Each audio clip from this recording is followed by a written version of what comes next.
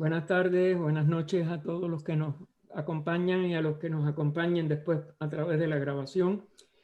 Estamos continuando el estudio de la obra Compendio de la Doctrina Secreta de H.P. Blavatsky en la página interna 65, que es la 105 de la versión en PDF, hoy 20 de junio de 2021.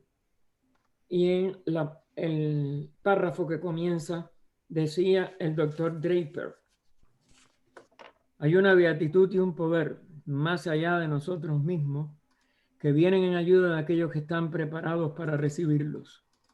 Volvámonos hacia aquellas grandes fuentes, las cuales emanan incesantemente la fortaleza y la inspiración para todos los que, olvidando el yo, están resueltos a aprender y a compartir sin reservas. Dice el doctor Draper: jamás cae una sombra sobre un muro sin dejar en él una huella permanente que podría hacerse visible recurriendo a procedimientos adecuados. Los retratos de nuestros amigos o paisajes pueden permanecer ocultos en la superficie sensitiva del ojo, pero están listos a aparecer tan pronto como se acuda a los medios propios para desarrollarlos. Sobre las paredes de nuestras habitaciones más recónditas, que creemos totalmente resguardadas del ojo del intruso y donde nos figuramos que nadie puede profanar nuestro retiro, existen los vestigios de todos nuestros actos, siluetas de todo cuanto hemos hecho. En la llamada, HPB nos dice que esto lo incluyó el profesor Draper, que era oriundo de Estados Unidos, en su obra Conflicto entre la religión y la ciencia, en las páginas 132 y 133. Este libro fue escrito antes de que la Doctrina Secreta se publicara, es decir, desde el siglo XIX por lo menos. Y allí tenemos una constatación de que personas que se habían ya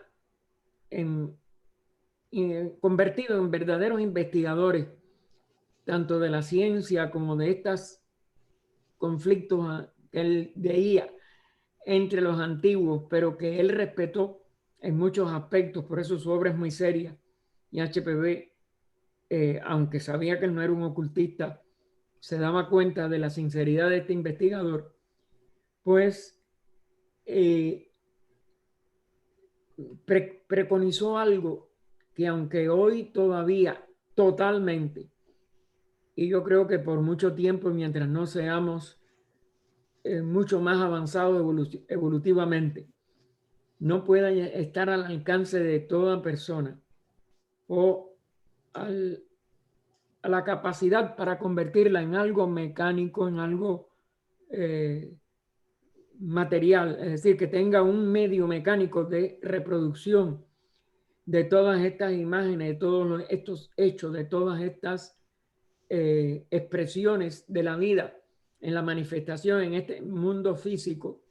Y si esto se llega a comprobar para el físico, pues después aplicarlo a lo superior, pues no sería, como es natural, muy difícil. Esto llevaría a que la humanidad tendría que, como si dijéramos, progresar en lo ético, en lo verdaderamente básico de lo que constituye después nuestra moral y nuestro comportamiento fraternal, en que nadie haga nada negativo o quiera hacerlo hacia otros seres humanos, pues siempre eso puede ser descubierto. Pero figúrense, los delincuentes desaparecerían por miedo o se convertirían en más agresivos. Por el contrario, sabiendo que de todas maneras su delincuencia va a ser descubierta. Yo recuerdo que yo era un muchacho y cuando en 1945, yo tendría 6 años, explotaron las bombas de Hiroshima y Nagasaki, salieron imágenes de cómo seres humanos de los que perecieron en aquel ataque quedaron huellas de sus, o vamos a decir, o la sombra de donde esos seres estaban, porque el cuerpo en sí fue disuelto por la temperatura y la violencia de la explosión, pero la imagen de aquellos seres quedó a veces como si fueran sombras sobre fragmentos de paredes o cosas así. Y esto es lo que llaman, o lo que se llamaba en el ocultismo desde la más remota antigüedad, y se sigue llamando en teosofía los anales acásicos. Es decir, no hay nada que desaparezca de la manifestación sin dejar huella. Aunque los sentidos puedan dejar de percibirlo, aunque el cerebro pueda dejar de registrar, toda vibración manifestada es en lo eterno una realidad que no perece. Y aunque su manifestación mayábica aparezca como nada más un instante que se ha convertido en un pasado que nadie puede normalmente con nuestros recursos de sentidos actuales reproducir, con sentidos más profundos, con estados de conciencia que abarquen más la verdadera raíz de la manifestación de la vida, o sea, en la casa, como expresión de espacio, que después llega a ser lo que en los niveles de los cabalistas de la Edad Media, etcétera, se llama, y se le llamó y se le sigue llamando por los sucesores de ellos, la luz astral. Todo queda registrado en el universo, en todos los planos de existencia. Desde ese origen de la primera diferenciación del espacio eterno, del espacio como sentido polar del espíritu en la seidad, que son los únicos dos polos de la posible de la seidad que se manifiestan periódicamente durante los ciclos que llamamos Manvantara y se resumen a esa unidad durante los ciclos que se llaman en el antiguo hinduismo y en la antigua religión de la sabiduría de los primeros indostánicos, el Maha Pralaya, es decir, el gran descanso, la gran noche del universo, que es lo que sí es alternadamente temporal, pero repetitivo dentro de una eternidad que no tiene ni principio ni fin, y que en esa eternidad siempre uno de los dos aspectos de ella misma se están expresando de esta manera: la noche o reposo, el día o actividad. El reposo siendo el estado de unidad de todos los pares de opuestos concebibles e inconcebibles, partiendo de este mismo primer par de opuestos de espíritu, espacio o espíritu, materia, como le querramos llamar, que son en su integridad como seidad la única eternidad y la única realidad en esa eternidad. Ahí termina este resumen de la estancia cuarta y pasamos por tanto a la estancia quinta con un primer versículo que nos dice: los 7 primordiales, los 7 primeros alientos del dragón de la sabiduría producen a su vez el torbellino de fuego con sus sagrados alientos de circulación giratoria. La síntesis del comentario de HPB a esta primera esloca de la quinta estancia dice lo siguiente: esta es quizás la más difícil de explicar de todas las estancias. su lenguaje es comprensible únicamente para el que esté muy versado en la alegoría oriental y en su fraseología de propósito oscuro. De las 7 estancias, por tanto, esta quinta estancia, pues ella nos da esta explicación. ¿Por qué? Porque según se va adentrando el universo en su manifestación o en sus etapas, por lo cual de un reposo absoluto, sueño o Mahapralaya, como le veníamos diciendo a ustedes, va a pasar a un despertar, a un nacimiento y a una expresión aparentemente múltiple del día o Manvantara del universo, la expresión de esas leyes, que es en lo que se expresa el universo en forma de leyes funcionando en todos los aspectos de la manifestación, pues esas leyes, su conocimiento antes y su uso, el que conoce puede usar, y su posible uso, cuando el conocimiento se va profundizando, ese conocimiento y su posible uso en un ser que no tenga la estatura requerida entraña peligros horrendos, peligros terribles, que son los que hicieron precipitar el hundimiento de la cuarta raza atlante. No porque no se fueran a hundir sus continentes, pero no porque tuviera que ser responsable de ello, de esa precipitación del hundimiento, gran parte de la humanidad, que se lanzó a hacer mal en lugar de continuar su evolución, que ya tiene que ser y tener por brújula siempre la consecución del bien, de la evolución, de la cooperación entre todos los que evolucionamos juntos, especialmente de toda la humanidad, que es la que ya tiene suficiente inteligencia despierta y desarrollada para poder dejar a un lado el impulso exclusivamente mecánico de la ley de evolución y tomar en sus manos, pero para el bien, la aceleración que la inteligencia permite al que conoce estas leyes y trata de que se expresen en la manera más adecuada para que la evolución se impulse y se eviten sufrimientos innecesarios que son inevitables dentro de la manifestación.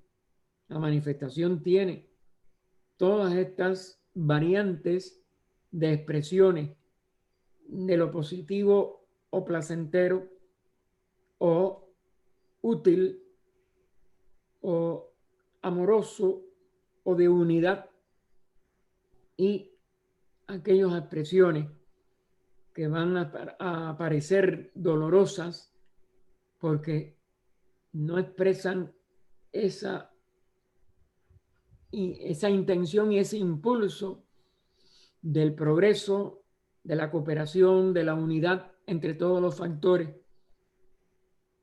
y sobre todo entre todos los seres humanos que están inmersos en ese periodo de evolución. Y por ello se tuvo que establecer para las enseñanzas y sobre todo por la lección tan dolorosa que tuvo el final de la cuarta raza de la humanidad, la que se llamó por Platón Atlante, aunque ella aclara de que esto está en relación con su verdadero nombre oculto.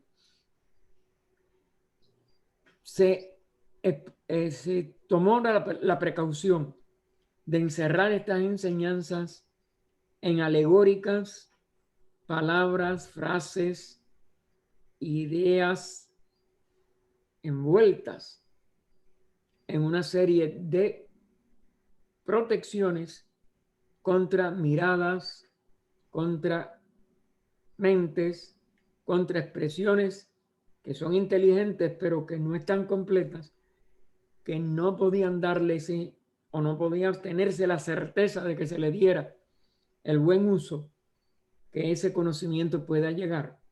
Y por el contrario, poder ser usado, como vimos en esta narración que yo les hacía, de las fotos que se tomaron, algunas de ellas en Hiroshima, Nagasaki, etcétera, de cómo la destrucción puede ser tan dolorosa para los que tuvieron que sufrir aquello.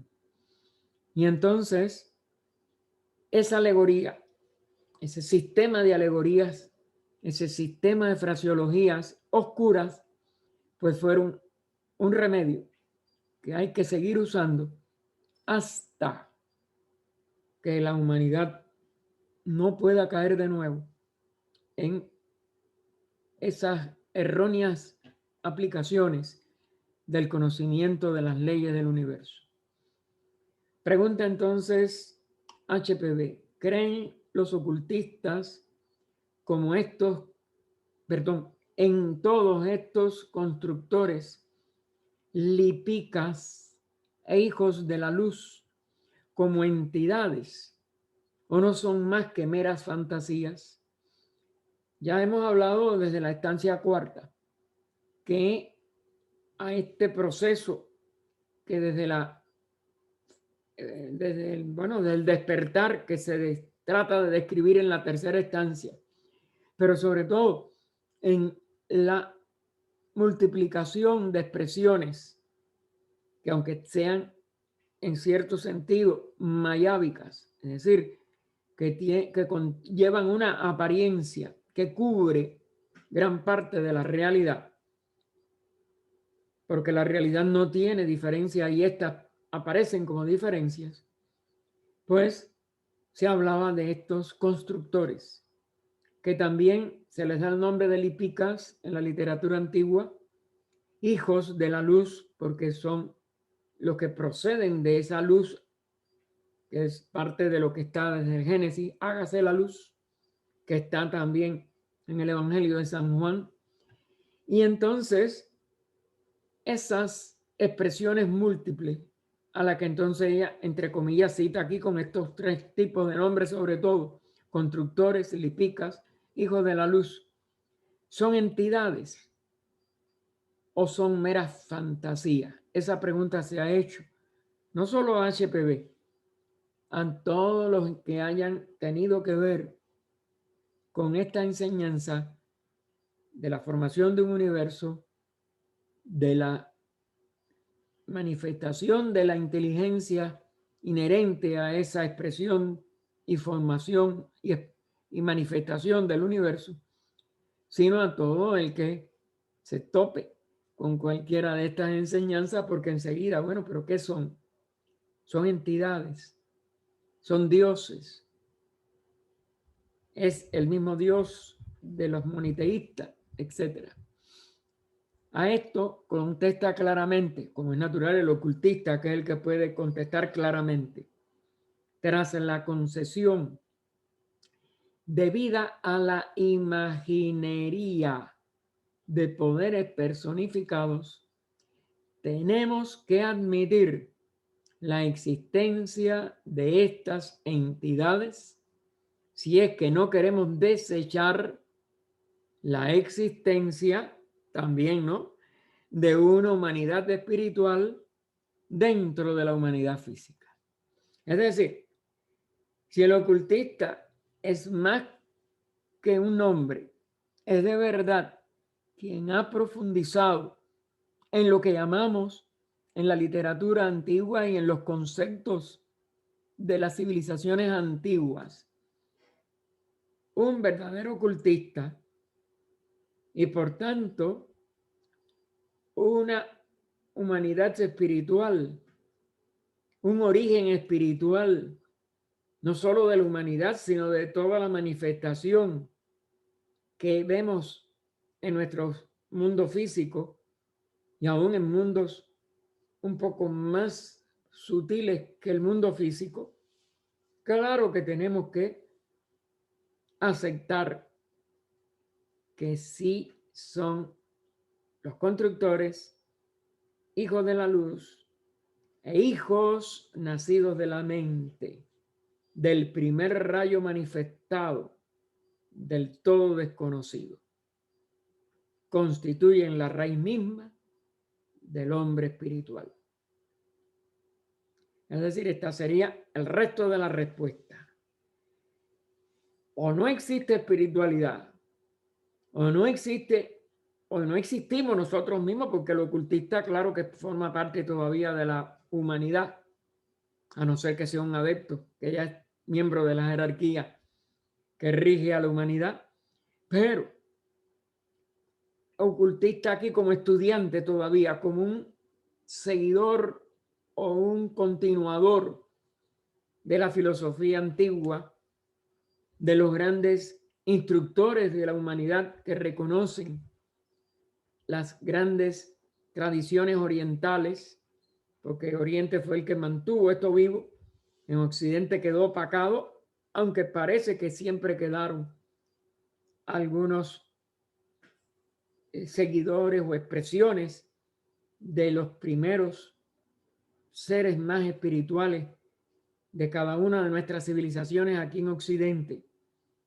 pero quedó opacado, sobre todo por la Edad Media y lo que siguió después de la Edad Media hasta nuestros días, que muchas personas tienen hasta miedo a veces de decir que son de convicción espiritual, porque al menos hasta muy recientemente todo el mundo científico en general, salvo excepciones que confirman la regla, anatematizaba como anatematizaron las dirigentes de las religiones medievales a los no creyentes o a los no seguidores de su propia religión. Pues así, los científicos que se declararon y las academias en general que se declararon nada más que estudiantes o ocupadas de lo físico, no solo despreciaban lo espiritual, sino desechaban de sus rangos o del rango de personas conscientes o lógicas o inteligentes a todo el que aceptara a estos constructores, lipicas e hijos de la luz, como constructores de la manifestación universal, y a la humanidad como poseedora de un espíritu manifestándose a través de almas y cuerpos.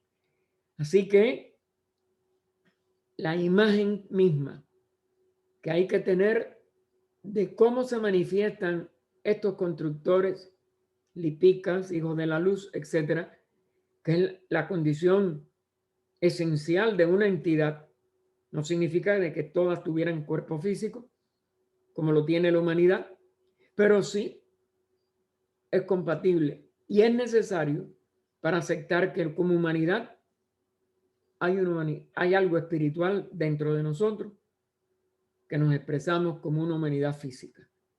Si este universo físico se expresa bajo leyes inteligentes que lo forman, lo completan, es decir, lo hacen nacer, lo completan, lo desarrollan, lo completan y lo siguen rigiendo para que todos estos reinos puedan verdaderamente continuar manifestándose en estas expresiones universales o del universo en su totalidad, y que todas responden a una ideación o plan cósmico, y que no hay nada que sea casual en este universo, ni la humanidad como tal, ni ninguno de los reinos, sino que todos obedecen a la misma causa atribuida a estos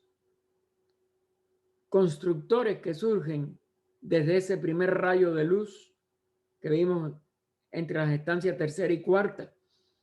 A estos lipicas, hijos de la luz, son tan expresiones espirituales como son las expresiones de nuestros propios espíritus, que cada uno de nosotros trata de descubrir dentro de sí mismo, que cada uno de nosotros trata de comprobar dentro de sí mismo, que le daría la comprobación de que también son la misma realidad de todo el universo, que todo es la expresión de esa vida una manifestada en estas apariencias múltiples que en los grandes niveles jerárquicos llamamos primero el logos o los logos o logoi, porque habría que ponerla en plural la palabra logos, aunque termine en ese es singular, los logoi o conjuntos logoicos que surgen desde estos constructores, lipicas, hijos de la luz, y siguen rigiendo el universo y son entidades. ¿Qué no puede tener esa connotación de entidad? La seidad por siempre manifestada, que permanece siendo lo que es, pero que nunca existe en su integridad, porque no es un ser, sino el origen, sostén, invisible y destino de todos los seres. Es decir, de todos los seres que en un momento dado se manifestaron, de todos los seres que ahora mismo se están manifestando y de todos los seres que se manifestarán. Pero la seidad como integridad, como ello, nunca se manifiesta íntegramente. Pero cada una de las entidades que expresan, que manifiestan algo de lo esencial de esta seidad, indudablemente que tienen que ser necesariamente existentes para que se justifique que todo el universo se desarrolla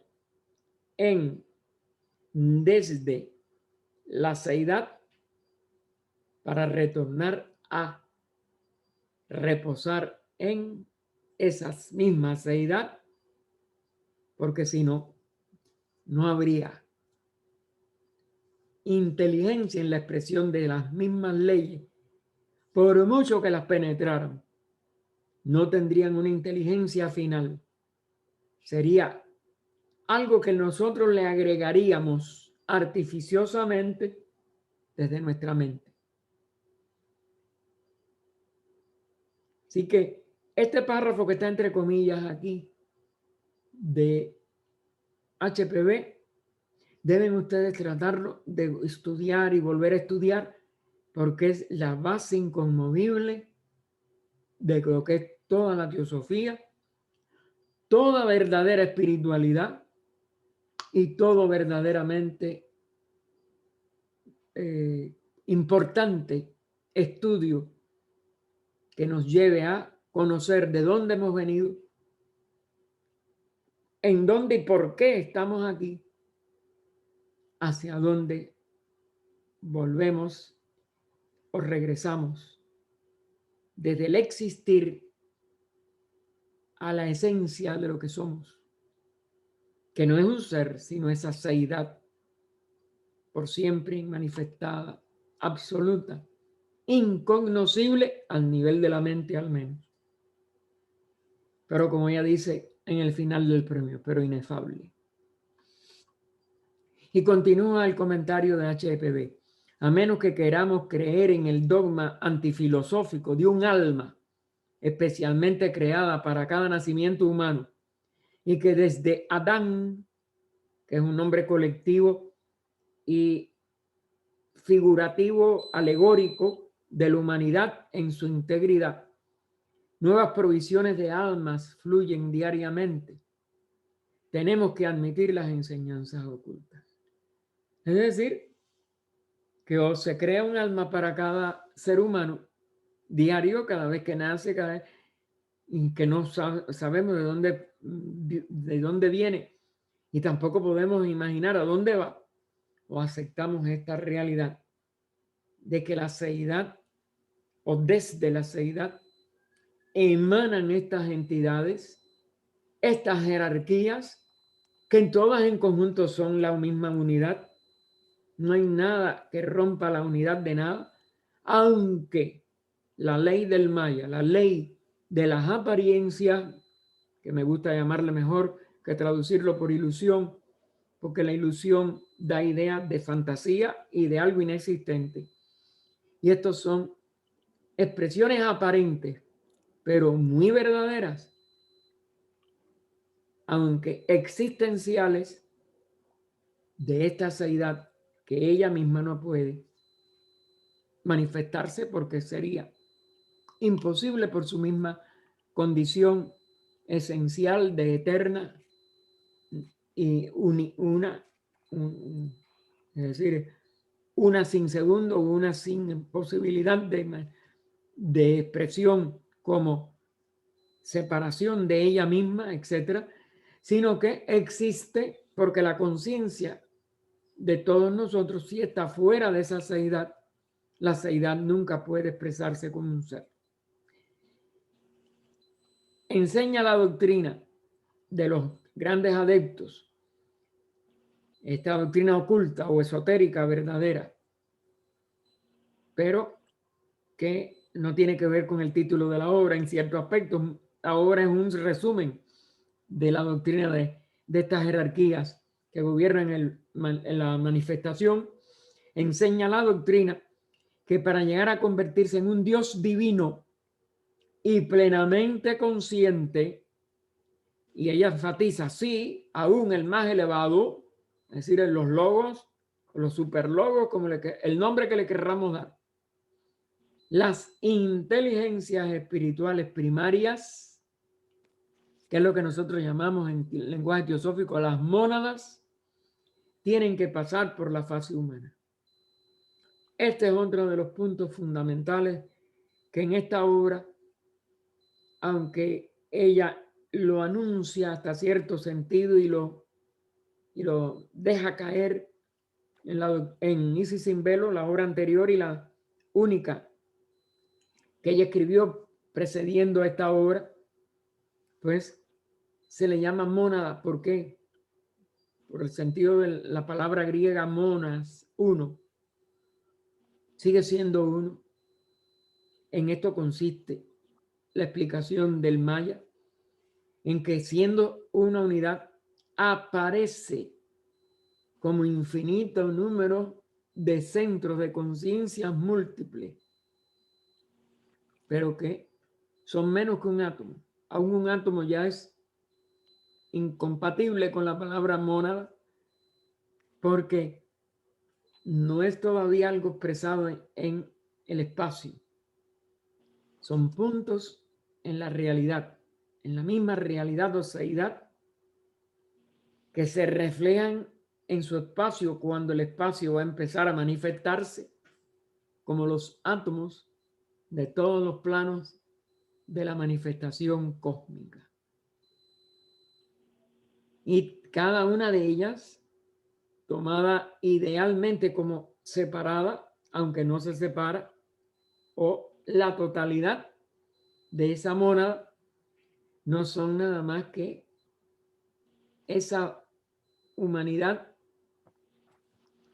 esos reinos que todos tienen que pasar para convertirse en ese Dios, en esa entidad regente del universo o de las jerarquías que rigen el universo, tienen que expresarse a través del reino humano.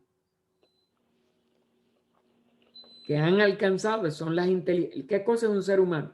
Aquellas inteligencias que han alcanzado el equilibrio apropiado entre la materia y el espíritu, como lo hemos alcanzado nosotros, enfatiza nosotros, ahora, desde que pasamos el punto medio de la cuarta raza raíz, de la cuarta ronda. Es también una de las condiciones más difíciles y etapas más importantes, o la etapa más importante de toda nuestra manifestación universal. El 4 del 4. ¿Por qué? Porque todas las manifestaciones van de 1 a 7, tanto como rondas, tanto como cadenas planetarias o encarnaciones de la cadena planetaria, tanto como razas raíces en cada ronda, en cada globo, en cada uno de los 7 globos de las 7 encarnaciones de la cadena. Todo eso va de esa manera. Cada vez que alcanza un punto cuarto, cesa de penetrar en los mundos más materiales que haya ido penetrando desde donde partió en ese septenario específico, que van variando después de acuerdo a las rondas, a las cadenas, etc. Y va entonces, y a las encarnaciones de esa cadena. Y va entonces a partir del cuarto, desechando la vestidura de que se revistió para poder aprender, porque es un aprendizaje, aquella etapa de descenso en la materia desde un nivel determinado sutil a un determinado nivel más material y reascender a través del ciclo que completan los 7, asimilando permanentemente como un estado que la ley ya no le va a permitir perder ni tener que repetir, excepto que no haya pasado de verdad. Hay sus excepciones que confirman la regla. Pero del quinto al séptimo se asimila todo lo que en el ciclo del primero al cuarto se logró aprender y realizar totalmente.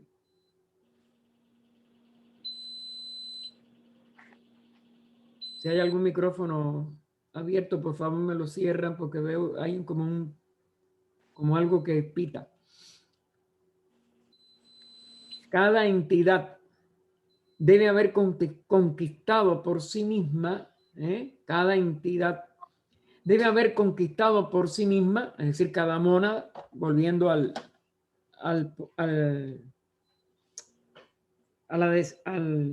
la palabra con que se designa alegóricamente esta expresión de la unidad de la vida y de la inteligencia de una manera, como si dijéramos, adecuada a su expresión manifestada. Así que cada entidad o cada mónada debe haber conquistado por sí misma el derecho a convertirse en divina por medio de la propia experiencia. Es decir, primero en reinos anteriores al humano. El humano es el séptimo de ese grupo de reinos que tiene tres etapas de descenso, lo que llamamos los elementales. El cuarto como dijéramos, de máximo descenso y comienzo del reascenso, que llamamos el reino mineral, que se corresponde con nuestra cuarta raza raíz de la cuarta ronda, y después pasando al reino vegetal, animal y humano, 3 de reascenso, en que culmina esa experiencia de esos 7 reinos y el ser pues entonces puede manifestarse como algo superior a el nivel de los 7 reinos y es un Dios en el lenguaje antiguo, un Dios autoconsciente que empieza a manifestarse como una jerarquía de una nueva etapa de desarrollo evolutivo. Hegel, el gran pensador alemán, debe haber conocido o sentido intuitivamente esta verdad cuando dice que lo inconsciente, él fue conocido así como el filósofo de lo inconsciente, que lo inconsciente ha desenvuelto el universo únicamente con la esperanza de alcanzar conciencia clara de sí mismo. O en otras palabras, de convertirse en hombre, pues este es también el significado secreto de la frase de los puránica, ella pone puránica, pero ustedes saben que estos son una de las, del tipo de literatura antigua de la India. Hay Vedas, Brahmanas, Upanishads, Puranas, y esta es una de las categorías. La frase puránica usual es esta, alcanzar esta conciencia de sí mismo, acerca de que Brahma se haya constantemente movido por el deseo de crear. La palabra Brahma, recuerden que es una de las que ellos usan para la existencia de un Dios manifestado que rige un determinado nivel de un sistema planetario, solar, etc. Y en la religión ya después se le llama Brahma. ¿De dónde surge la palabra Brahma? De para Brahman, para más allá, y Brahman terminado en N, todavía sin manifestación. Pero para Brahman aún más allá de lo que le carece de manifestación, de donde emana todo lo manifestado. Pero no se manifiesta porque cese de ser para Brahman, y aunque ya tenga una primera expresión conjunta con el espacio o mula prakriti, nada más que se convierte en Brahma cuando se expresa totalmente esta conciencia de sí mismo en un determinado espacio, o sea, en una determinada materia, que va a ser el origen de su universo, un sistema solar, un sistema planetario, un sistema galáctico. Se halla constantemente, por eso, movido por el deseo de crear. Deseo no en el sentido físico o de lo que sentimos los humanos, sino por un anhelo, un impulso, creo que está dentro de él mismo, de manifestar, de crear, para que otras unidades de vida consciente, otros aspectos de la mónada universal puedan reflejarse a través suyo y aprender lo que él ya aprendió, que es lo que se enlaza un universo tras otro. Esto explica también la significación oculta de la frase cabalística. El aliento se convierte en piedra, la piedra en planta, la planta en animal, el animal en hombre, el hombre en espíritu y el espíritu en un Dios. Y ese se manifieste, hay que ponerle un, porque indudablemente que en las etapas de reabsorción del universo, en lo inmanifestado, en Parabrahman, con la Prakriti unido como la total unidad, pues aún los dioses no están en la posibilidad de manifestarse.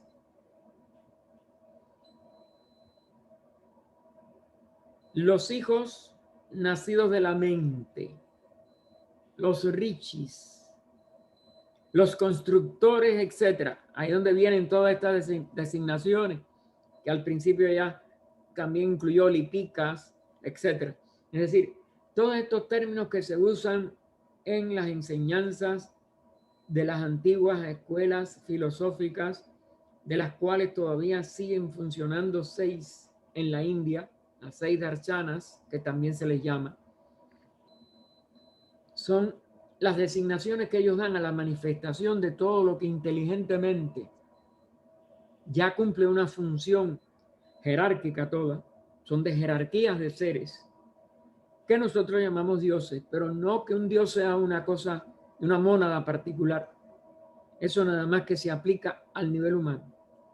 Las mónadas, nada más que en el nivel humano, tienen un cuerpo manifestado o cuerpos que ya están, como si dijéramos, regresando a su absorción, disolverse y volver a tomar cuerpos para manifestarse de nuevo.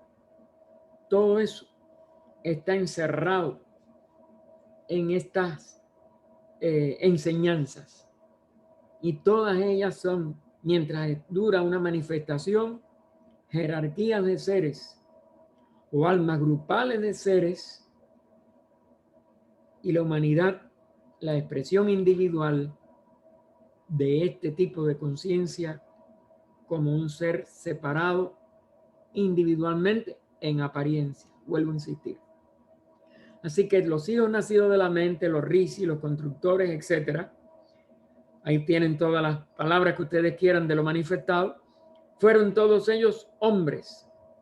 Es decir, para llegar a ser una jerarquía hay que primero pasar por los 7 reinos, los 3 elementales, mineral, vegetal, animal, humano, y adquirir la autoconciencia de sí mismo plena, total, completar por vencimiento de su propia materia usada, de la expresión no esencial de sí mismo, que ha estado en vehículos mortales y un vehículo inmortal en el cuerpo causal que le llamamos en el nivel humano, y por ello ya es parte de una jerarquía superior. Recuerden que la individualidad no se va a mantener cuando nosotros alcancemos esa perfección. La individualidad termina en el adeptado, y todos los adeptos, que es como le llamamos en el lenguaje teosófico, o todos los seres autorrealizados o liberados de la rueda de nacimientos y muertes, que también es otra frase usada, cuando alcanzan ese adeptado, se funden todos los de un periodo específico, una raza raíz, se funden en un solo hombre celeste que se le llama. Y a partir de ese momento ya son una jerarquía que irá creciendo de acuerdo a las responsabilidades que aprenda y cumpla realizarse por ella y por todas las que van entonces creciendo hasta llegar a un infinito de expresiones jerárquicas que nosotros no conocemos su número, aunque en todo lo manifestado siempre habrá un gran total, por muy incontables que sean, pero que en la realidad se sumen otra vez en la seidad. Y allí no hay ni primero ni último, ni diferencia de evolución, ni nada. La seidad es la unidad sin distinción de posible diferenciación. Así que todos ellos fueron hombres, cualesquiera hayan sido sus formas y aspectos, en otros mundos y en Manvantaras precedentes. Es decir, el Manvantara a que se pertenece el que está en relación con el tipo de jerarquía y la calidad de la jerarquía que ha empezado a formar a partir del reino humano. La frase que ella pone otra vez, entonces, entre comillas, que está en parte de esta es loca primera, torbellino de fuego, es el polvo cósmico incandescente que sigue tan solo magnéticamente como las limaduras de hierro al imán el pensamiento director de las fuerzas creadoras. Es decir, ellas se expresan a través de una ley electromagnética. Porque toda la manifestación es eléctrica.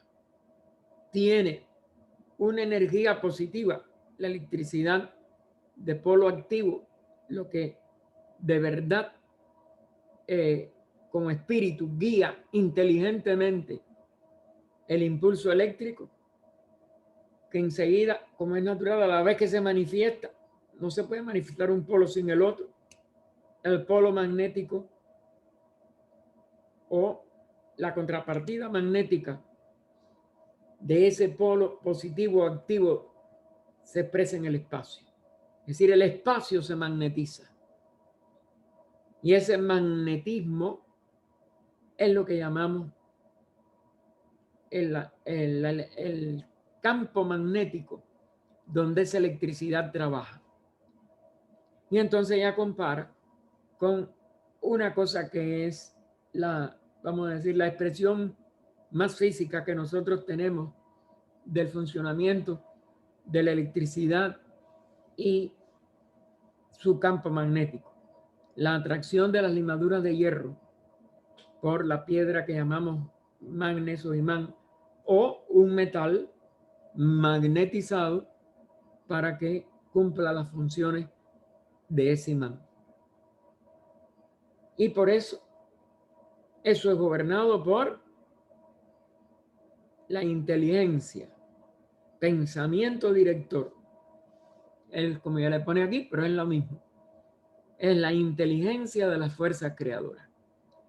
Sin embargo, este polvo cósmico es algo más. Porque nosotros nada más que vemos como si dijéramos lo más denso de cualquiera de estas cosas. Todo eso viene desde planos muy sutiles y cumple funciones mucho más allá de nuestra comprensión, de nuestro cerebro o de nuestro pensamiento funcionando en el cerebro. Sin embargo, este polvo cósmico es algo más, pues cada átomo en el universo posee en sí la potencialidad de la autoconciencia. Y es como las mónadas de Leibniz. Leibniz fue uno de los que vislumbró mucho de las leyes ocultas, un universo en sí mismo y por sí mismo. Esto dicho en el siglo XIX puede haber aparecido a muchos científicos materialistas un disparate, pero todos los descubrimientos a través de la teoría de la relatividad primero de Einstein y todo lo que siguieron Max Planck, Rutherford, etcétera, hasta la física cuántica de hoy en día, no es nada más que una comprobación de que aún lo que se llamaba a finales del siglo XIX un átomo aparentemente indivisible es un pequeño universo en sí mismo y por sí mismo. Los electrones girando y teniendo cargas eléctricas a lo que se reduce, porque la masa de ellos, sobre todo la diferencia entre la masa de un positrón o protón y de un electrón, que es la que tiene la carga negativa, y su masa son totalmente despreciables al lado de la comparada con la de un protón, que está en el núcleo, ¿no?, del átomo.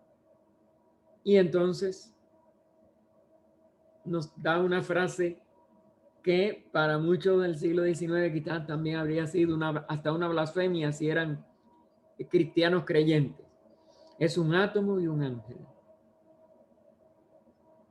La esencia de lo que es la enseñanza o doctrinas de los ángeles, las órdenes angélicas, etcétera, etcétera. Todo lo que ustedes puedan pensar de la reverencia y la majestad que el reino angélico ha tenido siempre para las religiones que aceptan esta enseñanza o la llaman de otra manera, pero casi todas, de todas maneras, aceptan esta enseñanza del reino angélico, como le querramos llamar, o de los ángeles.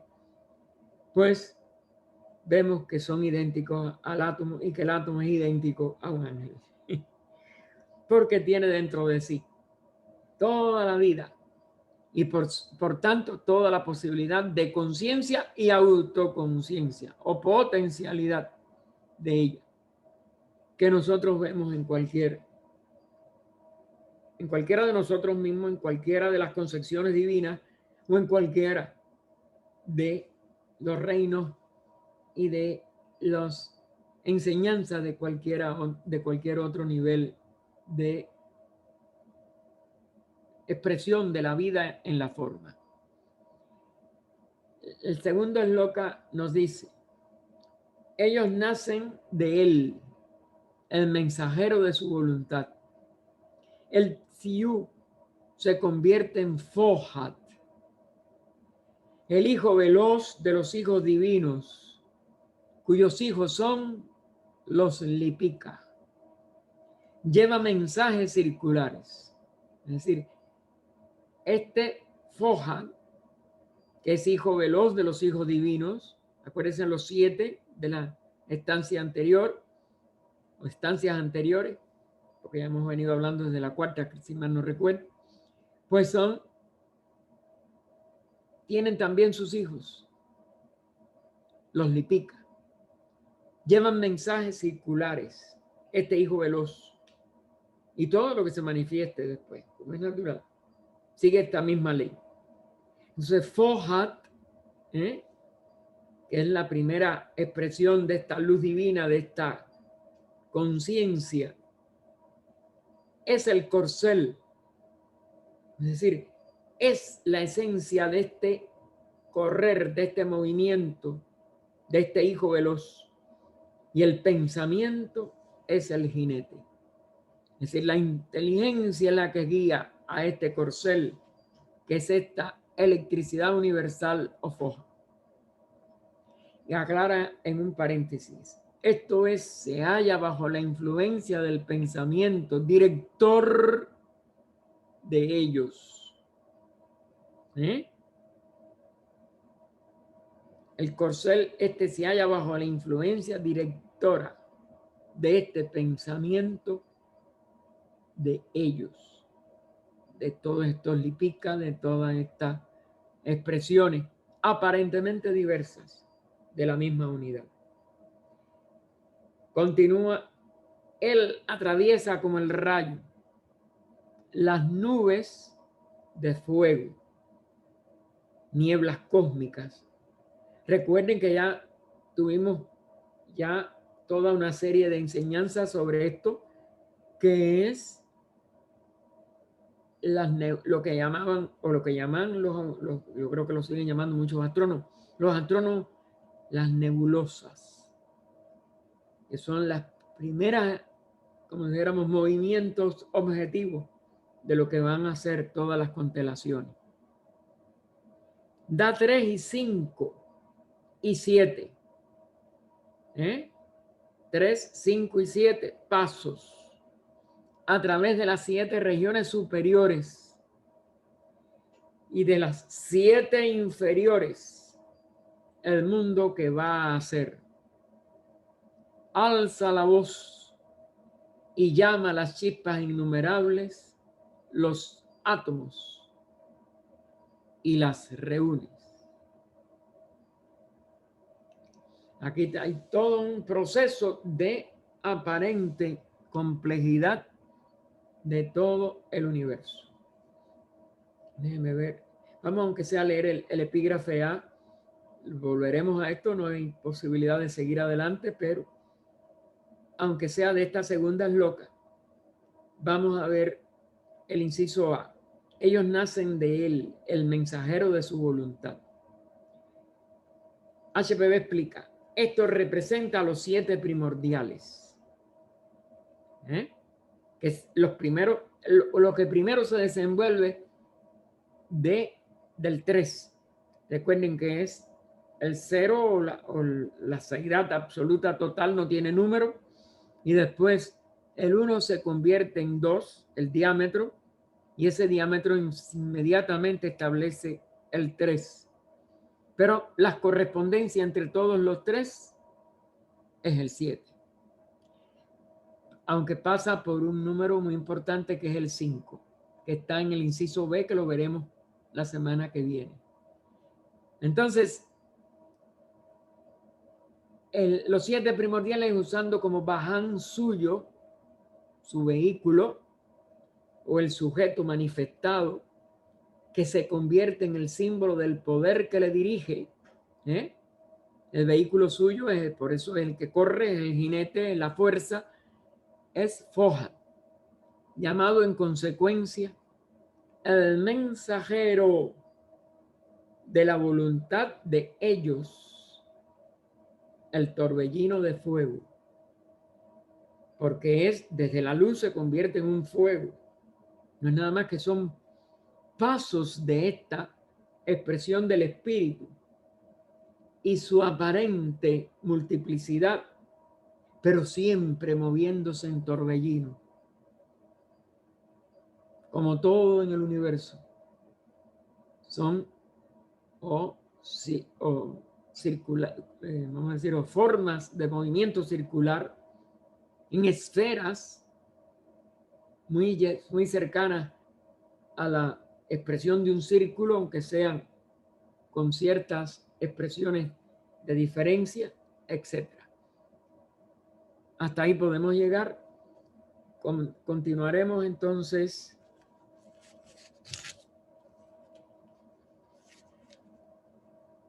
en la 107.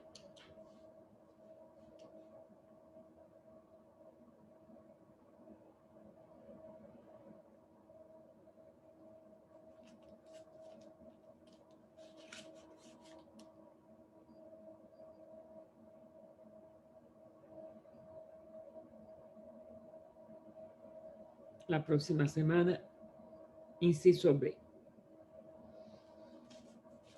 Oh vida oculta que vibras en cada átomo, oh luz oculta que brillas en cada criatura, oh amor oculto que todo lo abarcas en la unidad, en cada ser que se sienta uno contigo, sepa que por lo tanto es también uno con todos los demás. Paz, paz, paz a todos los seres.